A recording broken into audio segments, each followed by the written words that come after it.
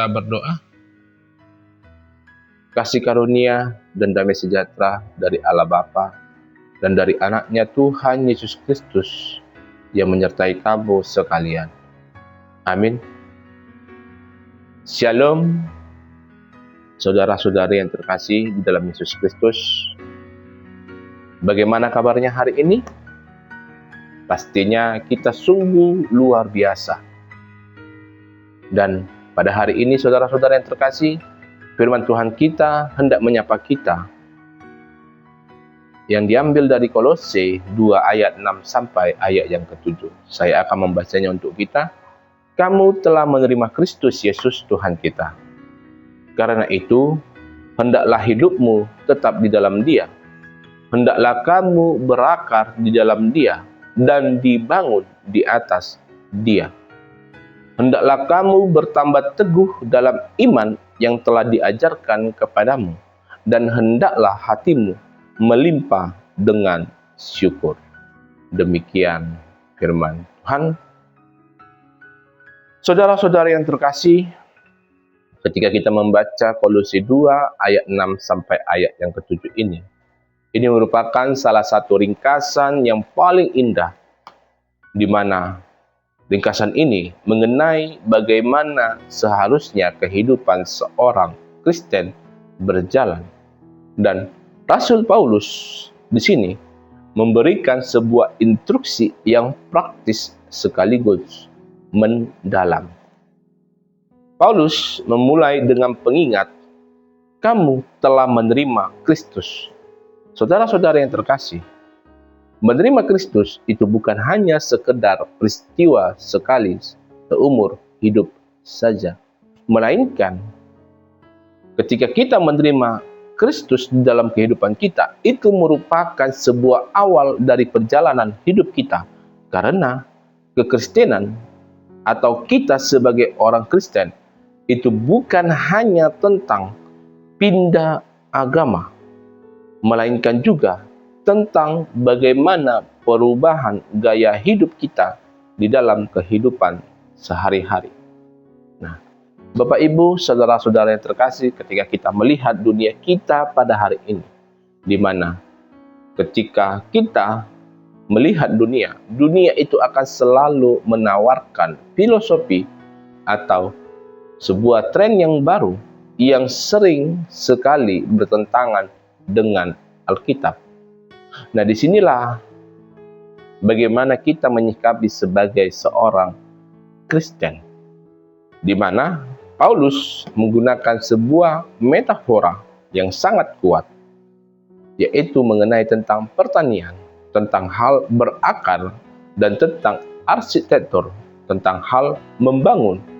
Nah, hal berakar, saudara-saudara yang terkasih, kita mengetahui dan kita pasti mengerti apa fungsi akar di dalam tumbuhan atau tanaman, di mana akar berfungsi untuk menyerap nutrisi dan untuk menjaga stabilitas di dalam tumbuhan itu sendiri. Nah, kita juga mengetahui bagaimana sebuah pohon yang akarnya itu dangkal, itu kemungkinan dapat tumbang ketika badai datang. Nah, disinilah saudara-saudara yang terkasih, kita diminta ketika dunia yang selalu menawarkan filosofi atau tren-tren baru yang mungkin dapat menggugah kehidupan kerohanian kita. Disinilah kita harus perlu membuat akar kita dalam firman Tuhan, di mana firman Tuhan itu membuat kita tidak mudah goyah oleh ajaran-ajaran palsu yang diberikan oleh dunia baru ini, atau ketika kita menghadapi masalah-masalah, firman Tuhan tersebut yang sudah mengakar dalam diri kita membuat kita tidak goyah, tidak mudah putus asa ketika masalah-masalah itu datang menerpa kehidupan kita.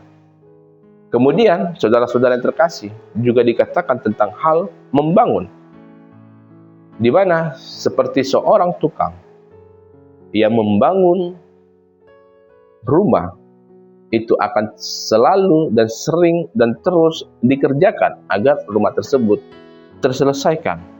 Begitu juga dengan kita, saudara-saudara yang terkasih, di mana Allah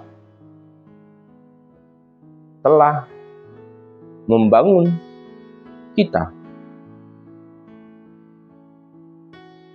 sehingga seperti bangunan yang sering dikerjakan, iman kita itu akan selalu bertumbuh di dalam karakter dan perbuatan hidup kita. Bapak, Ibu, saudara-saudara yang terkasih, ketika kita melihat Kolose 2 ayat 6 sampai ayat ke-7 ini, dan kita melihat dunia kita yang terutama mempunyai dinamika yang serba cepat, dan karena serba cepat tersebut sering sekali dangkal, ada beberapa hal yang ingin dinyatakan kepada kita melalui firman Tuhan kita pada hari ini. Yang pertama, bagaimana kita menghadapi krisis akar di dalam era digital. Ya, kita mengetahui, saudara-saudara yang terkasih, kita hidup di zaman informasi yang melimpah. Namun, informasi-informasi itu dapat dikatakan sering sekali dangkal, sehingga ketika melihat informasi-informasi tersebut, terkadang orang-orang itu mudah berpindah keyakinan, itu mudah berpindah ideologi, atau itu sering sekali berpindah karena tren di media sosial. Nah, hal perintah untuk berakar mengingatkan kita bahwa kekuatan seorang manusia itu bukan hanya dilihat dari apa yang tampak di permukaan, tentang popularitas, tentang kekayaan, melainkan dari apa yang tidak kelihatan, itu mengenai tentang karakter dan hubungan pribadi kita dengan Tuhan. Disinilah, Bapak, Ibu, saudara-saudara yang terkasih, kita diingatkan juga, tanpa akar yang dalam pada kebenaran yang absolut, kita akan mudah terbawa arus hoaks dan filosofi hidup yang merusak. Oleh karena itu, hendaklah kita bangun akar kita sangat dalam di dalam firman Tuhan kita. Yang kedua, firman Tuhan ini menyatakan tentang hal bagaimana stabilitas di tengah ketidakpastian ekonomi dan politik. Saudara-saudara yang terkasih, terkadang ketika kita melihat ketidakpastian ekonomi yang terjadi di negara kita, atau ketidakpastian politik di negara kita, terkadang kita cemas tentang hal masa depan. Nah, metafora dibangun di atas dia itu memberikan sebuah gambaran tentang sebuah fondasi bangunan yang kokoh. Ketika situasi dunia bergoyang, kita yang dibangun di dalam fondasi Kristus itu pastinya tidak akan hancur, karena Kristus itu adalah satu-satunya konstanta atau hal yang tidak dapat dirubah di tengah-tengah dunia yang variabel, di tengah-tengah dunia yang terus berubah. Oleh karena itu, saudara-saudara yang terkasih, hendaklah kita terus membangun diri kita yang akan terlihat di dalam karakter dan kehidupan kita, perbuatan kita. Hendaklah kita membangun diri kita di atas Kristus itu sendiri. Dan yang ketiga, firman Tuhan kita pada hari ini menjadi penawar untuk culture of complaining atau budaya mengeluh.